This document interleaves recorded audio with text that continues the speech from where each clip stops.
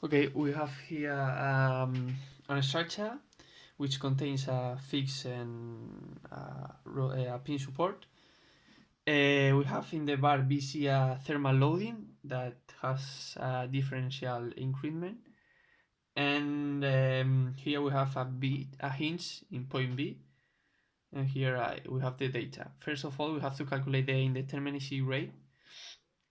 That in this case we have only external one because it's an open structure, so we remove the internal one. It has value 0, and we apply the equation that says the number of reaction minus 3 minus the number of hinges gives you that grade. We have in this case 5 reactions, 3 here and 2 here, and we have a hinge. Then we get a value of 1.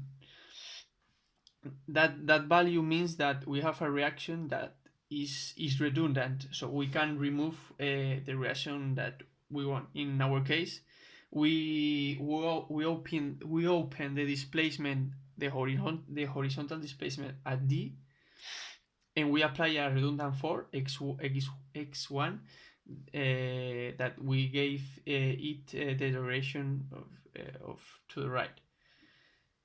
After this, we to calculate this redundant force, we apply the compatibility equation that you can see here. We know that this relative displacement at D is 0 because here we have a pin support and there is no displacement in vertical and in the horizontal direction. Then we pass to do the system 0, that is the system under external loadings, the points loads that we have here, and the thermal load. I will explain once the procedure to calculate the reactions, because then you will see that I do the same with different data. We apply the equilibrium equations. Invert in the horizontal axis, the summatory forces should be 0, so the horizontal reaction at A plus P equals 0, then we get this value that is negative. So if we want to put it in the positive direction, we have to put to the left because we consider to the right. Then we pass to the vertical summatory of forces should be 0. We have this vertical one, this vertical, and this vertical one, that they are 0. We have here 2 unknowns and 1 equation, so we need another equation, the third one, that we know here that we have a hinge, so the moments at the left part and the right part is always 0. Then we start with the right part. We get this equation and we solve the vertical reaction at D, getting this value, and then we can pass to the previous equation to solve the vertical reaction at A. And just we have to, the final step is calculating the moment at A. We apply the summatory of moments in the left part of the hinge equals 0, and here we get the value of the moment. Then we can draw the axial, the shear, and the bending diagrams, as you can see here. Now we do the system 1, that is under the redundant force without external loads. As I told you, as I explained to you before, I use the same procedure with different data. We get this reaction and these diagrams.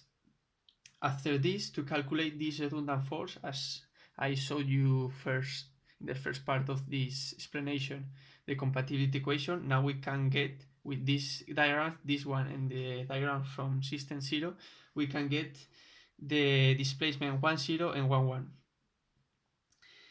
As we have an infinite value for these two parameters, that means that the axial displacement and the deformation, and the shear deformation are close to 0. Then we get that we only have moment, the integral of the virtual moment times the real one divided by the elastic modulus plus the thermal parameter coefficient, plus the force times a constant of the spring, but in this case we don't have a spring, so it's 0. To calculate the displacement 1, 0, we have as virtual moment the moment in system 1, as real one the moment in system 0, divided by the elastic modulus plus the the thermal coefficient, that is alpha, is data is gave to us, times the difference of temperature divided by h. We have all that value. You will see later the result. Comparing the diagrams from system 1 and system 0, we have these draws that applying the table from diagrams that you can see here. In this case, for example, here we have two triangles. We apply this equation. Here the same, two triangles, the same. In this case, we have to apply this formula you can see here, and in the last case, we have a triangle and a rectangle, and we apply this equation. You can see here I apply that equation I explained here. The elastic modulus has this value, and then we obtain a 0.03253 to the displacement 1, 0.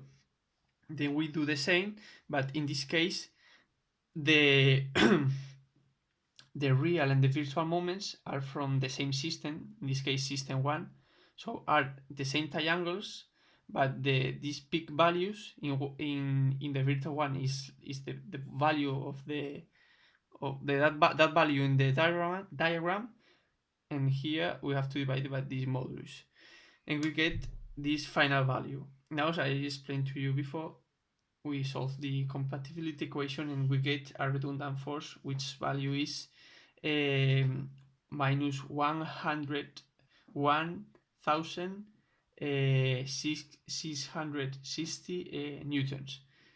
It will go to the right direction, because as you can see here we have a negative sign, which means that is negative or is opposite respect the direction we took. In our case we took the right direction, so if it's negative we have that the redundant force go to the left. After this, we can calculate the diagrams of the total system applying this equation you can see here. For example, in the case of the total axial force, we have that is the real force, the real axial force, plus the virtual axial force times this redundant force we calculate.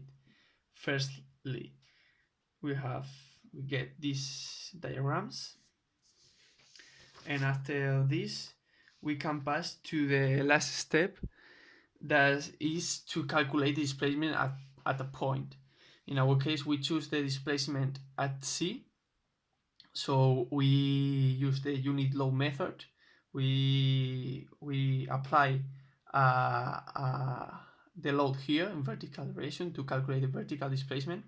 We have the same reaction as always, 3 here and 1 here.